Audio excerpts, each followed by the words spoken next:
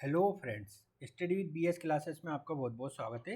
आज हम मुगल स्थापत्य और उसके आगे के बारे में जानेंगे। ठीक है, तो मुगल स्थापत्य, मुगल काल कब से कब तक था, पहले आप ये देख लीजिए। मुगल काल 1526 से लेके 1707 या 1757 भी हम मान सकते हैं, है ना। 1757, है ना, ये मुगल काल था पूरा। बाबर से लेके 1757, जब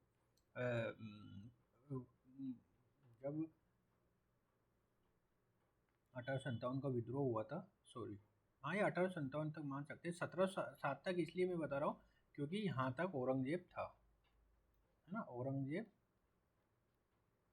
1707 तक था। उसके बाद जो भी शासक आए वो काफ़ी कमज़ोर थे। ठीक है, सब अंग्रेजों के अधीन हो गए थे, जो ब्रिटिश ईस्ट इंडिया कंपनी आ गई थी। लेकिन फिर भी इनका फाइनली जो अंतिम रूप से मुगल शासन समाप्त हुआ वो 1857 माना जाता है। क्या माना जाता है? 1857। 1707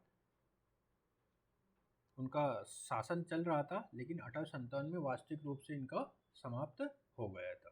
ठीक है, अब आते हैं हम नेक्स्ट। मुगल स्थापत्य किससे संबंधित है? इंडो इस्लामिक शैली, है ना। इंडो इस्लामिक शैली से संबंधित है, जिसके अंतर्गत क्या क्या आता है? जिसके अंतर्गत आता है त्राबियट और अर्कुयट, है ना। ये मैं पहले बताया था मैंने लास्ट वाली वीडियो में। त्राबियट प्लस अर्कुयट, दोनों आर्क्यूएट, दोनों शैली का समन्वय पाया जाता है ना। मुगल स्थापत्य में जो भवनों में बलुआ पत्थर और संगमरमर का प्रयोग होता है। बलुआ पत्थर, बलुआ पत्थर और संगमरमर का सामान्यतः प्रयोग किया गया है। संगमरमर का सामान्यतः प्रयोग किया गया है। इसके अंतर्गत दोहरे गुंबद, दोहरे गुंबद, चार बाग शैली,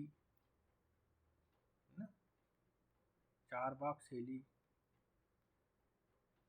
का प्रयोग भी किया गया है। और एक महत्वपूर्ण चीज आती है यहाँ पे, पित्रादुरा का प्रयोग, है ना। पित्रादुरा, पित्रादुरा क्या होता है? पित्रादुरा होता है बहुमूल्य पत्थरों की जड़ावट जो होती है, पित्रादुरा कहलाता है। बहुमूल्य पत्थरों की जो जड़ावट होती है भवन में, वो पित्रादुरा कहलाती है, जड़ावट, है ना। पित्रादुरा कहलाती है। और पित्रादुरा का सर्वोत्तम प्रयोग कहाँ हुआ था? सर्वोत्तम प्रयोग होता एथमा उद्दौला का जो मकबरा है, एथमा उद्दौला, एथमा उद्दौला का मकबरा में इसका प्रयोग हुआ था। ठीक है,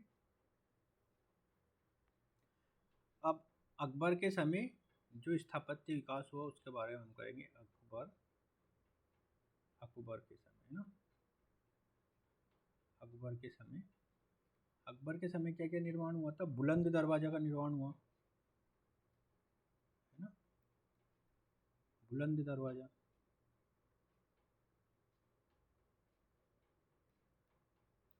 बुलंद दरवाजा क्यों बनाया गया था?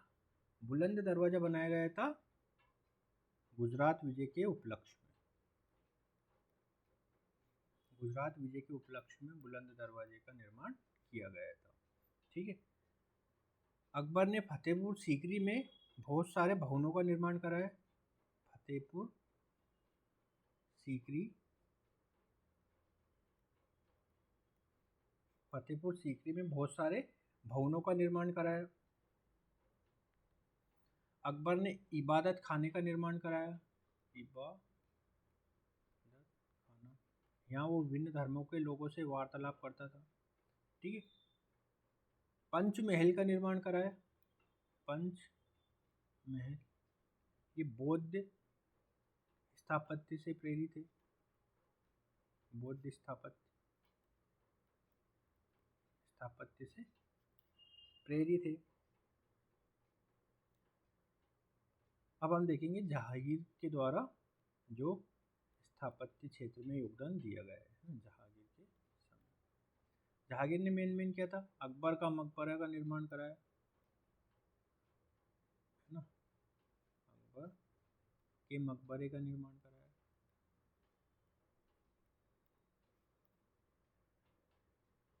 लाहौर में मोती मस्जिद का निर्माण कराया।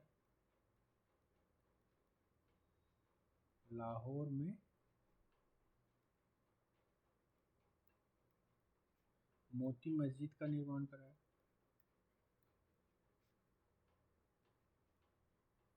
कश्मीर में शालीमार बाग का निर्माण कराया।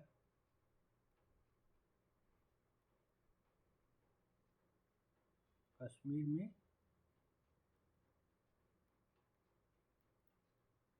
शालीमार बाग का निर्माण किया। नेक्स्ट आता है शाहजहां।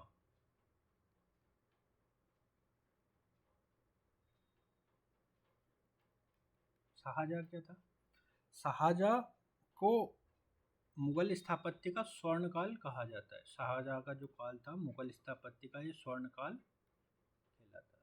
मतलब इस समय मुगल स्थापत्य अपने शीर्ष पर था। इसमें इन्होंने जो भी निर्माण कराया उसमें संगमरमर की बहुलता पाई जाती है ना, संगमरमर की बहुलता पाई जाती है, संगमरमर की बहुलता पाई जाती है। प्रमुख स्थापत्य कौन कौन से थे शाहजहां का? दिल्ली का लाल किला, दिल्ली का लाल किला, दिल्ली की जामा मस्जिद, जामा मस्जिद, शालीमार बाग लाहौर का, लाहौर का शालीमार बाग।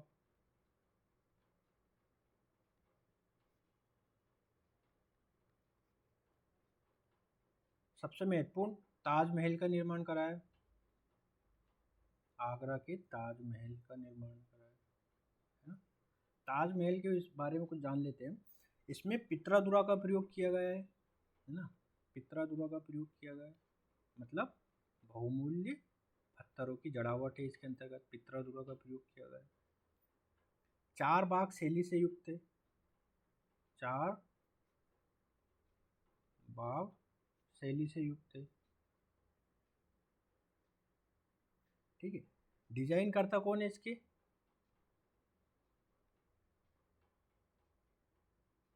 डिजाइन करता है इसके अहमद लाहौरी, अहमद लाहौरी, लाहौरी।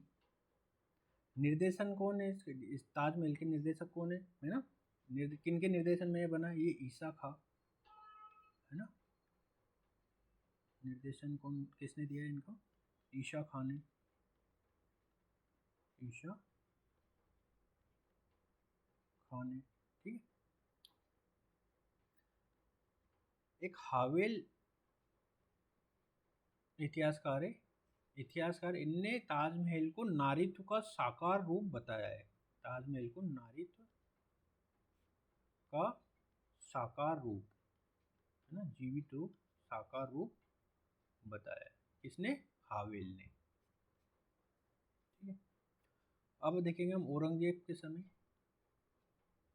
औरंगजेब के समय मुगल स्थापत्य में अवनति होने लगी थी, मतलब कमजोर स्थापत्य बनना प्रारंभ हो गया था, है ना, अवनति प्रारंभ हो गई थी। ठीक है, इसके समय प्रमुख जो औरंगाबाद में राबिया उद्दौरानी का जो मकबरा है, औरंगाबाद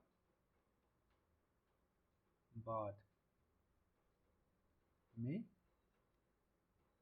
राबिया उद्दौरानी, राबिया उद्दौरानी का मकबरा औरंगजेब ने बनवाया औरंगाबाद।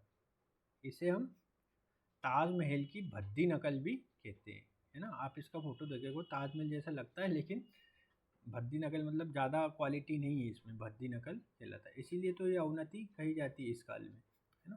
ताजमहल की भद्दी नकल कहलाता है। ठीक है, अब हम देखेंगे मस्जिद स्थापत्य के अंग। मस्जिद स्थापत्य के अंग, है ना। मस्जिद के स्थापत्य में क्या क्या चीज़ें प्रयोग की जाती है ना। मस्जिद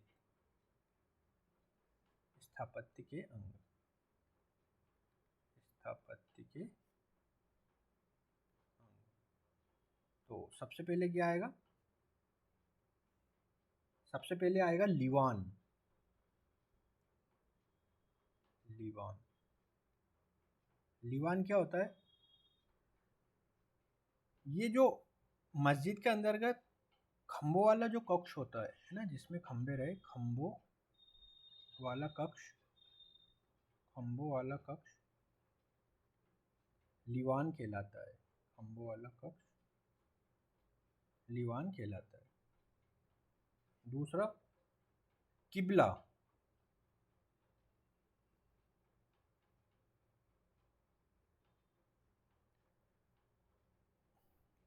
ये एक दीवार होती है,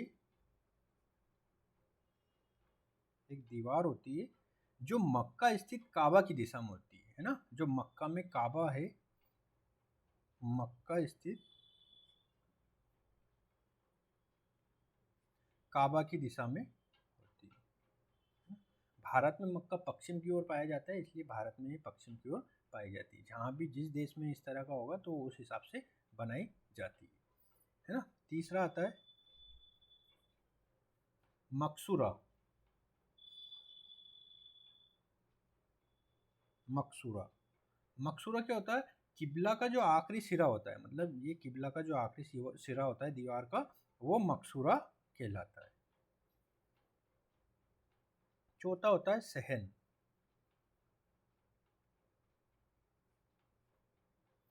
ये मस्जिद का आंगन होता है ना। मस्जिद के अंतर्गत जो आंगन होता है वो सहन कहलाता है। मस्जिद का आंगन,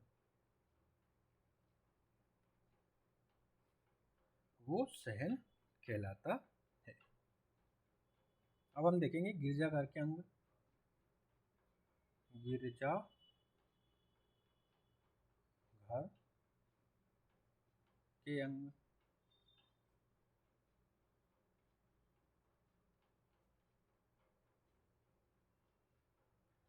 पहला है पलपिट।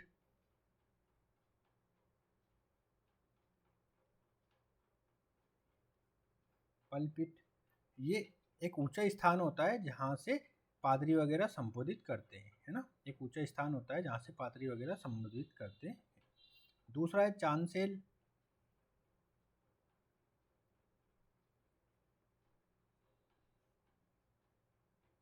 चांसेल जो होता है पादरियों के लिए जो आरक्षित क्षेत्र होता है, पादरियों के लिए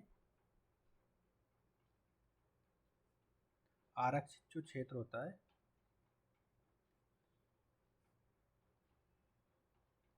वो चांसेल कहलाता है। तीसरा होता है आइल। आइल ये गलियारा होता है ना। गलियारा होता है मतलब निकलने का स्थान होता है ना। आपने अगर कभी देखा होगा तो दोनों तरफ, है ना, गिरजाघर का भी देखा होगा तो इस तरफ दोनों तरफ कुर्सियाँ वगैरह रहती है, और ये जो निकलने का क्षेत्र होता है ये आइल कहलाता है, इसे गलियारा कहते हैं। अब कुछ अन्य धर्मों से संबंधित चीज़ें देख लेते हैं, जैसे सिनेगाग। सिनेगाग, है ना। सिनेगाग ये क्या है, ये यहूदियों का पूजा स्थल होता है ना। यहूदियों का पूजा स्थल, है ना। जैसे मंदिर मस्जिद इस तरह से होते हैं ना, ये यहूदियों का पूजा स्थल होता है। यहूदी धर्म के संस्थापक कौन से हैं? कौन है संस्थापक यहूदी धर्म के? इब्राहिम। इब्राहिम संस्थापक है। और पैगंबर कौन है इस धर्म के? पैगंबर है मूसा।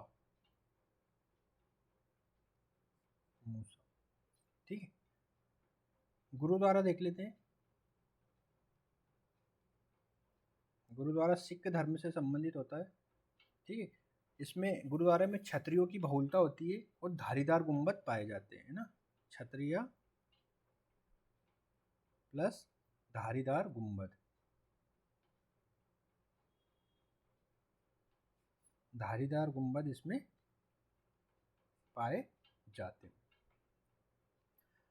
एक प्रसिद्ध गुरुद्वारा है स्वर्ण मंदिर। स्वर्ण मंदिर के बारे में थोड़ा जान लेते हैं। स्वर्ण मंदिर कहाँ है? अमृतसर में, पंजाब के अमृतसर में स्थित है। इसका निर्माण किसने कराया था? निर्माण कराया था अर्जुन देव ने, है ना। ये 5वें सिख गुरु थे, है ना। और स्वर्ण मंदिर में, स्वर्ण मंदिर क्यों कहा जाता है इसमें? क्योंकि जो राजा रणजीत सिंह था, रणजीत सिंह जी जो थे, उन्होंने 400 किलो सोना इसमें जड़वाया था। किसमें? स्वर्ण मंदिर में, इसलिए इसको स्वर्ण मंदिर कहा जाता है, ठीक है। अब आता है हमारा अगियारी। अगियारी, अगियारी पारसी धर्म का पूजा स्थल है। ये पारसी, जो पारसी लोग होते हैं, पारसियों का पूजा स्थल होता है,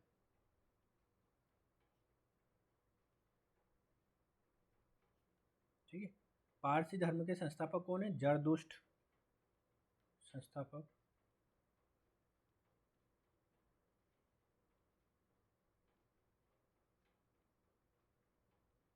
जरदुष्ट संस्थापक हैं इसके, है ना। सॉरी इसको गलत लिख दिया मैंने, कौन है? इस तरह से लिखा जाता है,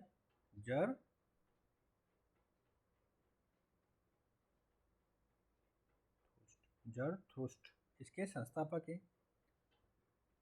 ईश्वर कौन होते हैं इसके अंतर्गत? अहुर मज्जा,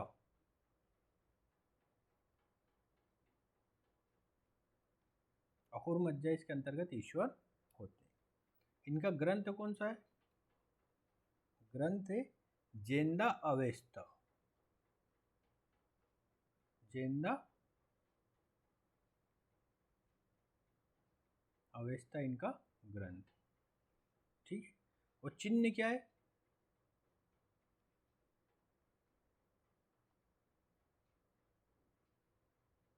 चिन्ह है सदरो,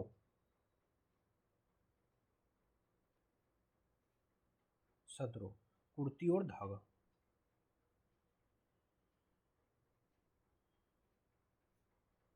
कुर्ती एवं धागा,